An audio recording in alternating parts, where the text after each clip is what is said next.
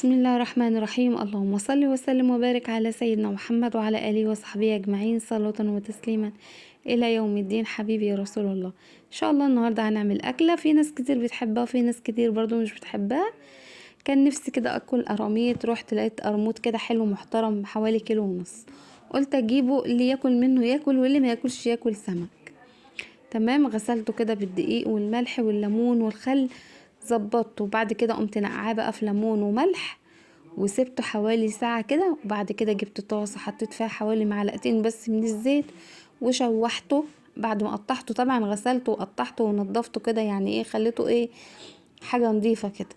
قمت حطاه في الطاسة كده ومشوحاه، نزل ميته. قمت نازله بيه، نازله عليه بصلايه متقطعه وقرن فلفل وكمان شوية ملح وثلاث 4 فصوص من الثوم طرنشات. وقمت نازله عليهم بمعلقه من الكزبره والكمون ومعلقه من الفلفل الاسود، ده غير الملح طبعا بتاعنا. وابتديت ان انا اشوح كل التتبيله دي مع بعضيها مع القراميط كده في قلب الطاسه. تمام، بديها تشويحه الاول كده وتاخد لون. وبعد كده هجيب بطاطسايه واحده تكون كبيره، يعني هقطعها طرنشات، تكون الطرنشات بتاعتها مش تخينه، تكون ايه، مش سميكه، يعني تكون ايه، وسط. وكمان بصله قطعتها طرنشات. ورصيت البطاطسايه كده في الصينيه من تحت، وقمت حاطه فوق منها الايه، البصلايه. وهجيب بقى القرموط بتاعي دوت ايه، احطه فين، في الصينيه كده وارصه ايه، رصه حلوه كده. طبعا ايه، التتبيله اللي انا كنت حطاها في الطاسه دي كلها طبعا مش هرميها، لا هنزل بيها كده على القراميط،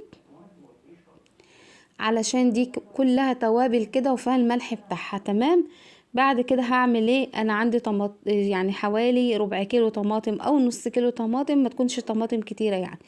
عصرتها في الخلاط ونزلت بيها كده على القراميط، وكمان رشة من الزيت حوالي بمعلقتين زيت.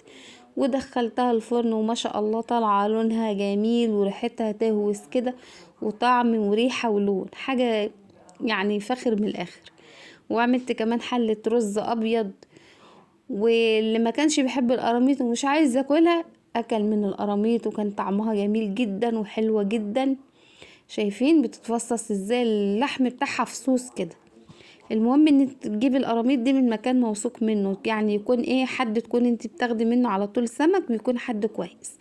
البطاطس كمان اللي في الصينية من تحت مستوية ازاي وجميلة، وريحة البطاطس جميلة. يا ريت اللايك، ما تنسونيش، وهشوفكم في فيديو جديد ان شاء الله.